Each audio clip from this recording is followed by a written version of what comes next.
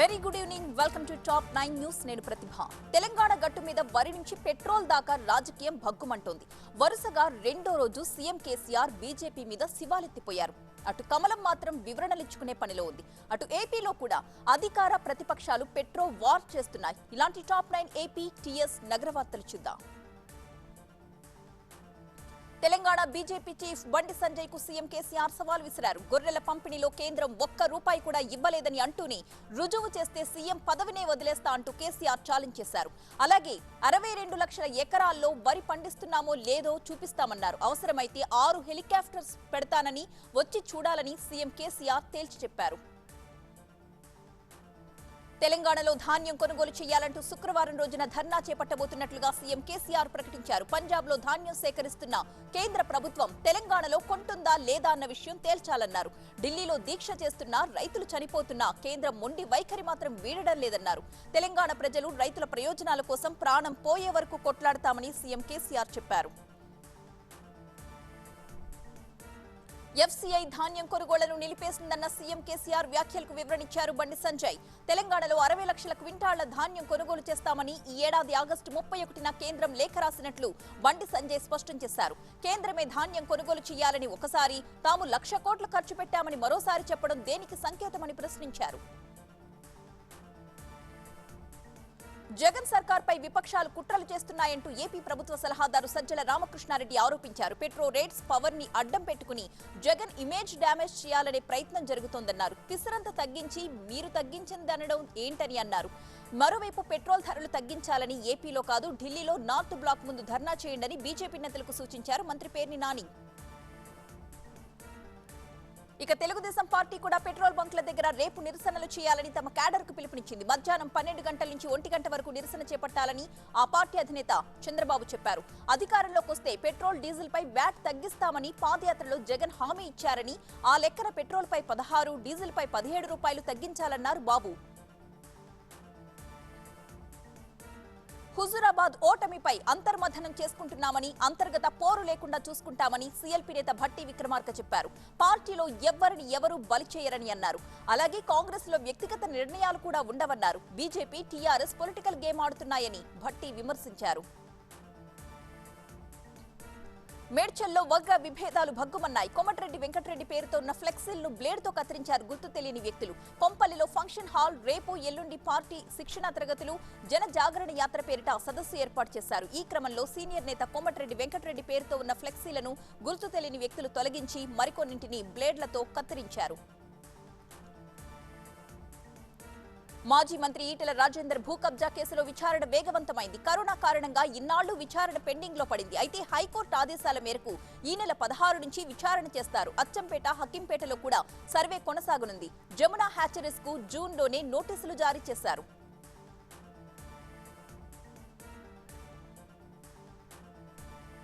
రాష్ట్రానికి, దేశానికి అన్యాయం చేసిన అమిత్ షా తిరుపతికి ఏ ముఖం పెట్టుకుని వస్తున్నారని ప్రశ్నించారు సిపిఐ జాతీయ కార్యదర్శి నారాయణ. డీజిల్, పెట్రోల్ ధరలు పెంచి తగ్గించారని అంటున్నారు. అమిత్ షాకు సిపిఐ ఆధ్వర్యంలో నల్ల జెండాలతో నిరసన తెలుపుతామన్నారు. 19 రాజకీయ పార్టీలతో కలిసి మోదీ హఠావో అన్న నినాదంతో ముందుకెళ్తామన్నారు.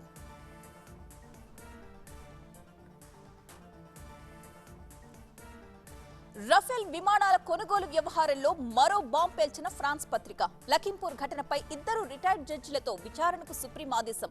చైనా సరిహద్దుకు అఖిల పక్షాన్ని తీసుకెళ్లాలి అంటున్న అసద్. ఇలాంటి టాప్ 9 నేషనల్ న్యూస్ ఇప్పుడు చూద్దాం. భారత్ కు రఫేల్ యుద్ధ విమానాల కొనుగోలు వ్యవహారంలో తప్పుడు ఇన్వాయిస్లతో మధ్యవర్తి సుషేన్ గుప్తాకు ₹481 కోట్ల ముడుపులు ముట్టాయని ఫ్రెంచ్ పత్రిక మీడియా పార్ట్ సంచలన కథనాన్ని ప్రచురించింది. ఈ లంచాల బాగోతాన్ని దర్యాప్తు చేయకూడదని సిబిఐ కూడా భావించినట్లు ఈ పరిశోధనాత్మక కథనం వెల్లడించింది. రఫేల్ కు కొత్త దుమారానికి ఈ కథనం తెరతీసింది. చైనాతో ఉన్న సరిహద్దుగా గల వివాదాస్పద ప్రాంతాలకు అఖిలపక్షాన్ని తీసుకెళ్లాలని మజ్లిస్ ఎంపీ అసదుద్దీన్ ఓవైసీ డిమాండ్ చేశారు. దేశ సార్వభౌమత్వాన్ని కాపాడుకోవడానికి ఇది దోహదపడుతుందన్నారు. పార్లమెంట్ శీతాకాల సమావేశాల్లో చైనా సరిహద్దు అంశాన్ని చర్చించాలని డిమాండ్ చేశారు అసదుద్దీన్. పార్లమెంట్ శీతాకాల సమావేశాలపై పార్లమెంటరీ వ్యవహారాల కేబినెట్ కమిటీ సిఫార్సులు చేసింది. ఈ నెల 29 నుంచి డిసెంబర్ 23 వరకు వింటర్ సెషన్ నిర్వహించవచ్చని ప్రభుత్వానికి సూచించింది. దీంతో పార్లమెంట్ సమావేశాల నిర్వహణపై కేంద్రం లాంఛనంగా నిర్ణయం తీసుకోవాల్సి ఉంది. భారీ వర్షాలు వరదలతో తమిళనాడు ఉక్కిరిబిక్కిరైపోతోంది. ఈ నెల 10, 11 తేదీల్లో తమిళనాడుతో పాటు ఏపీలో కూడా భారీ వర్షాలు కురుస్తాయంటూ వాతావరణ విభాగం ఇప్పటికే హెచ్చరికలు జారీ చేసింది. ఈ పరిస్థితుల్లో తమిళనాడు సీఎం స్టాలిన్ పలుచోట్ల పర్యటించారు. రేపు బంగాళాఖాతంలో అల్పపీడనం ఏర్పడవచ్చు. ఈ నేపథ్యంలో తమిళనాడుకు 20 ఎన్డీఆర్ఎఫ్ బృందాలను పంపించారు. పంజాబ్ లో పంట వ్యర్థాలను తగలబెట్టడం వల్లే తమ రాష్ట్రంలో కాలుష్యం పెరిగిపోతోందని ఢిల్లీ పర్యావరణ మంత్రి గోపాల్ రాయ్ చెప్పారు. ఈ అంశంపై రేపు ప్రత్యేక సమావేశాన్ని ఏర్పాటు చేసి కార్యాచరణ ఖరారు చేస్తామన్నారు. మరొక వైపు పంట వ్యర్థాలకు సంబంధించి 32,734 ఘటనలు నమోదయ్యాయని పంజాబ్ అధికారులు అంటున్నారు. 94వ పడిలోకి అడుగుపెట్టిన బీజేపీ సీనియర్ నేత ఎల్కే అద్వానీ ప్రధాని మోదీ, ఉపరాష్ట్రపతి వెంకయ్య నాయుడు శుభాకాంక్షలు తెలిపారు. కేంద్ర మంత్రులు రాజ్నాథ్, అమిత్ షా, బీజేపీ అధ్యక్షుడు నడ్డా అద్వానీ నివాసంలో ఆయనతో కేక్ కట్ చేయించారు. అద్వానీ ఆయురారోగ్యాలతో వర్ధిల్లాలి అని ఆకాంక్షించారు ప్రధాని మోదీ సహా బీజేపీ నేతలు. పద్మ పురస్కారాల ప్రదానోత్సవం రాష్ట్రపతి భవన్ లో కన్నుల పండుగగా సాగింది. Star shuttler PV Sindhu Padma Bhushan award అందుకున్నారు. టోక్యో ఒలింపిక్స్ లో అదరగొట్టిన విమెన్స్ హాకీ టీం కెప్టెన్ రాణి రాంపాల్ పద్మశ్రీ అందుకున్నారు. ఇక మేరీ కోమ్ ని పద్మ విభూషణ్ వరించింది.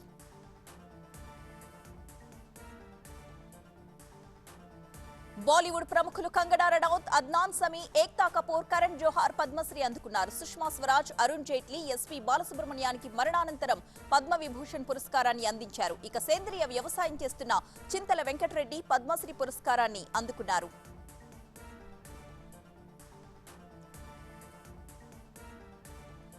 రేపు ఏపీ సీఎం జగన్ ఒడిశా పర్యటన. నెల్లూరు కార్పొరేషన్ నామినేషన్స్ రద్దు చేయాలి అంటున్న చంద్రబాబు.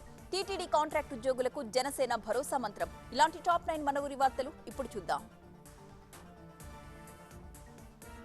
ఏపీ సీఎం జగన్ రేపు భువనేశ్వర్లో ఒడిశా సీఎం నవీన్ పట్నాయక్ తో సమావేశమవుతున్నారు. 2 రాష్ట్రాలకు చెందిన వివిధ పెండింగ్ అంశాల మీద ఇరువురు ముఖ్యమంత్రులు కూడా చర్చించబోతున్నారు.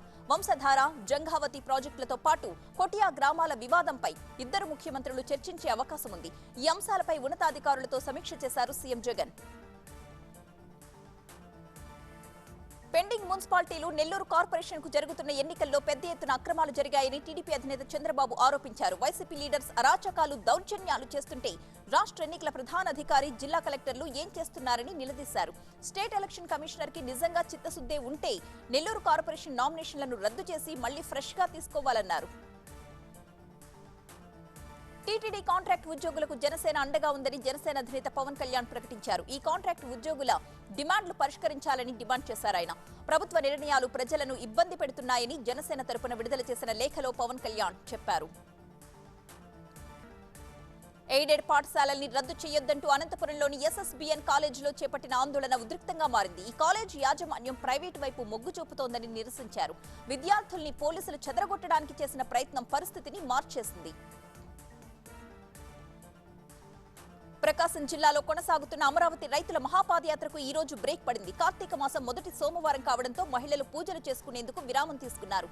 తాము బస చేసిన ఇంకొల్లులోని కళ్యాణ మండపంలో అమరావతి మహిళలు పూజలు చేశారు. ఏపీలో మరో ఏడాదిలో ఎలక్ట్రిక్ బస్సులు తిరుగుతాయి. ఏపీఎస్ఆర్టీసీ నుంచి ఒలెక్ట్రా గ్రీన్ టెక్ కు 100 ఎలక్ట్రిక్ బస్సుల ఆర్డర్ దక్కింది. వీటిలో 50 బస్సులను మొదటి దశలో తిరుపతిలోని అలిపిరి డిపో నుంచి నిర్వహిస్తారు. మరో 50 బస్సులను తిరుపతి నుంచి నెల్లూరు, కడప, మదనపల్లికి నడిపిస్తారు. ఒకసారి ఛార్జ్ చేస్తే 180 కిలోమీటర్ల పాటు ఈ బస్సులు ప్రయాణిస్తాయి. విశాఖ శారదా పీఠాధిపతి స్వరూపానందేంద్ర స్వామి జన్మదిన వేడుకలు ఘనంగా జరిగాయి. పీఠంలోని దేవతామూర్తులను సందర్శించి షణ్ముఖ సుబ్రహ్మణ్యేశ్వర స్వామికి పంచామృతాభిషేకాన్ని చేశారు.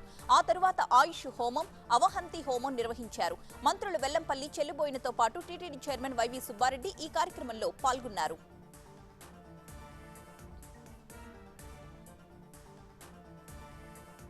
అంబానీ ఇంటి దగ్గర భద్రత కట్టుదిట్టం. ముంబై డ్రగ్స్ కేసులో నవాబ్ మాలిక్ సంచలన ఆరోపణలు. ఇలాంటి టాప్ 9 న్యూస్ మెట్రో న్యూస్ లో చూద్దాం.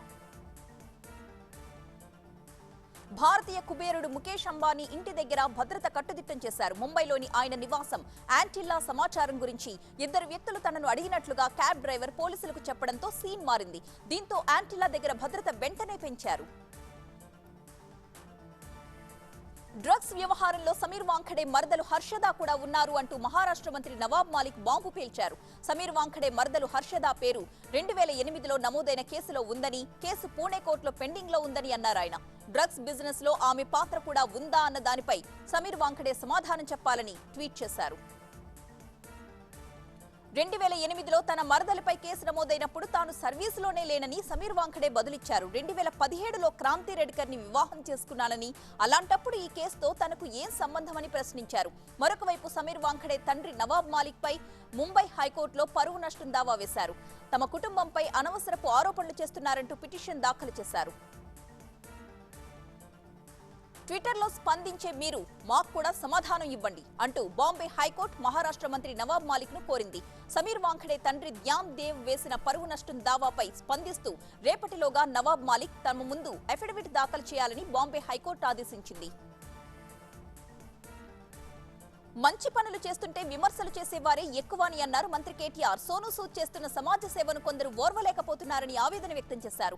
సోనూ సూద్ సేవలను చూసి రాజకీయ నేతలు భయపడుతున్నారన్న కేటీఆర్ రాజకీయాల్లోకి వస్తారని, ఐటీ దాడులు చేస్తున్నారని అన్నారు. పెద్ద పెద్ద పనులు చేసేప్పుడు ఇలాంటి వాటికి భయపడాల్సిన అవసరం లేదన్న కేటీఆర్ తాము అండగా ఉంటామని భరోసా ఇచ్చారు. 1997లో 59 మందిని బలి తీసుకున్న ఢిల్లీలోని ఉపహార్ సినిమా థియేటర్ కేసులో రెండో తీర్పు వచ్చేసింది.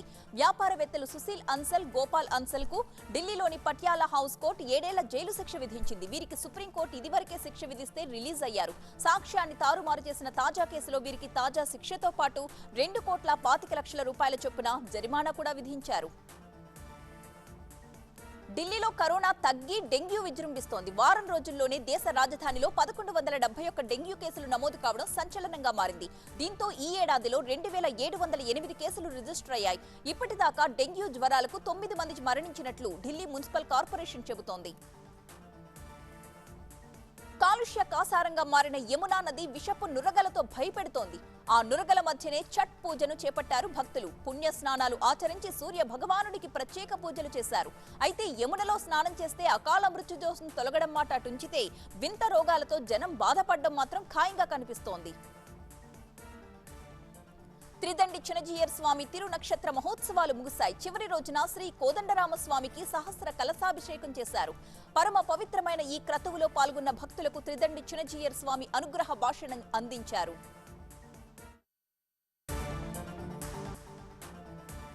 మన దేశంలో పిల్లలకిచ్చే జైకోవ్-డి టీకా రేట్ ఫిక్స్ అయిపోయింది. దేశంలో కరోనా కేసులు కాస్త తగ్గాయి, కానీ చైనాలో సీన్ రివర్స్ అయింది. ఇలాంటి టాప్ 9 వార్తల్ని కరోనా ట్రాకర్లో చూద్దాం. ప్రముఖ pharma company Cadila health care కేంద్ర ప్రభుత్వానికి కరోనా వ్యాక్సిన్ సరఫరా చేయబోతోంది. ఈ కంపెనీ జైకోవ్-డి పేరుతో తొలి ప్లాస్మాయిడ్ DNA వ్యాక్సిన్ ని తయారు చేసింది. 12 ఏళ్లు అంతకంటే ఎక్కువ వయసున్న పిల్లలకిచ్చే ఈ టీకాల్ని 265 రూపాయలకు డోస్ చొప్పున కేంద్రం కొనుగోలు చేస్తోంది. దేశంలో టీకాల డేటాకు సంబంధించిన కేసు ఈ నెల 29న విచారణకు చేపడతామని తెలిపింది సుప్రీంకోర్టు. క్లినికల్ ట్రయల్స్ డేటాతో పాటు టీకాలు తీసుకున్నాక పరిణామాలపై గణాంకాలు వెల్లడించాలని ఒక వ్యక్తి న్యాయస్థానాన్ని ఆశ్రయించాడు. ఈ కేసును ప్రముఖ న్యాయవాది ప్రశాంత్ భూషణ్ వాదిస్తుండటంతో టీకాల కేసుకు ప్రాధాన్యత ఏర్పడింది. దేశంలో కరోనా కేసులు నిన్నటి కంటే 5.5% పెరిగాయి. కొత్తగా 11,451 కేసులు నమోదయ్యాయి. గత 24 గంటల్లో 266 మంది మరణించారు. మన దేశంలో ఇప్పుడు 1,42,826 యాక్టివ్ కేసులు ఉన్నట్టుగా ప్రభుత్వం చెబుతోంది. కరోనాపై ఆంధ్రప్రదేశ్ పోరాడుతోంది. రాష్ట్రంలో కొత్తగా 246 కరోనా కేసులు నమోదయ్యాయి. గత 24 గంటల్లో 4 మృతి చెందారు. ఏపీలో ప్రస్తుతం 3,366 యాక్టివ్ కేసులున్నాయి. మహమ్మారిపై తెలంగాణ యుద్ధం చేస్తోంది. రాష్ట్రంలో కొత్తగా 161 మందికి కరోనా సోకింది. గత 24 గంటల్లో కరోనాతో పోరాడుతూ 1 చనిపోయారు. తెలంగాణలో 3,750 యాక్టివ్ కేసులున్నాయి. చైనాలో పుట్టిన కరోనా వైరస్ ఆ దేశాన్ని మునుపెన్నడూ లేనంతగా ఇబ్బందులు పెడుతోంది. ఒక్క రోజులోనే అక్కడ 89 కరోనా కేసులు నమోదయ్యాయి. అయితే మరణాలపై మాత్రం చైనా వివరాలు ఇవ్వడం లేదు. ఈ లెక్కన చైనాలో మరో ఏడాది పాటు విదేశీ రాకపోకలు ఉండకపోవచ్చని ఆక్స్ఫర్డ్ సైంటిస్టులు అంటున్నారు. రష్యాలో కరోనా కేసులు, మరణాలు డౌన్ ట్రెండ్ కి ఇంకా రావడం లేదు. అక్కడ కొత్తగా 39,400 మంది కరోనా బారిన పడ్డారు. గత 24 గంటల్లో 1,190 మంది చనిపోయారు. మరోవైపు రష్యా ప్రభుత్వం ప్రకటించిన వారం రోజుల ఫెయిల్ లీవ్ ముగిసింది. న్యూజిలాండ్ లో కేసులు పెరుగుతూ ఆందోళన కలిగిస్తున్నాయి. ఆ దేశంలో ఒక్కరోజే 190 కేసులు నమోదయ్యాయి. ఇవన్నీ డెల్టా వేరియంట్ వల్ల వచ్చిన కేసులని చెబుతున్నారు. ఇందులో 192 కేసులు ఆక్లాండ్ లో వచ్చాయని ఆ దేశ ప్రధాని జసిందా చెప్పారు. కరోనా బుసలు కొడుతున్న వేళ ఫ్రాన్స్ ప్రభుత్వం హై అలర్ట్ అయింది. ప్రైమరీ స్కూల్ పిల్లలకు ఇన్నాళ్లు మాస్కులు వద్దు అన్న అధికారులు ఇవాళ కొత్త ఆదేశాలు జారీ చేశారు. మాస్కులు తప్పనిసరిగా ధరించాలని ఉత్తర్వులిచ్చారు. కరోనా కేసులు పెరుగుతున్నందున ఈ జాగ్రత్తలు పాటించి తీరాలని పిలుపునిచ్చారు. అమెరికాపై యుద్ధం కోసం మాక్ డ్రిల్ చేస్తున్న డ్రాగన్ ఇక బీజింగ్ లో అట్టహాసంగా కమ్యూనిస్టు పార్టీ ప్లీనరీ. ఇలాంటి టాప్ 9 వార్తల్ని మెట్రో న్యూస్ లో చూద్దాం. అమెరికాపై యుద్ధం చేసే పరిస్థితి వస్తే ఎలా ఎదుర్కోవాలో అన్న దానిపై చైనా సైన్యం ప్రాక్టీస్ చేస్తోంది. ఇందుకోసం అమెరికా యుద్ధ నౌకల నమూనాలను డ్రాగన్ సైనికులు తయారు చేశారు. ఆ నమూనాలను టార్గెట్ చేస్తూ అటాకింగ్ ప్రాక్టీస్ చేయడం ఇప్పుడు సంచలనంగా మారింది. చైనా కమ్యూనిస్టు పార్టీకి చెందిన 19వ సెంట్రల్ కమిటీ 6వ ప్లీనరీ బీజింగ్ లో అట్టహాసంగా ప్రారంభమైంది. చైనా అధ్యక్షుడు జిన్పింగ్ తన పాలనతో సాధించిన అంశాలపై వివరించారు. అలాగే మున్ముందు తానేం చేయబోతున్నారో చెప్పడమే ఈ ప్లీనరీలో ముఖ్య అంశం. కమ్యూనిస్టు పార్టీ 100 ఏళ్లలో సాధించిన విజయాలను కూడా జిన్పింగ్ బృందం చాటి చెబుతోంది.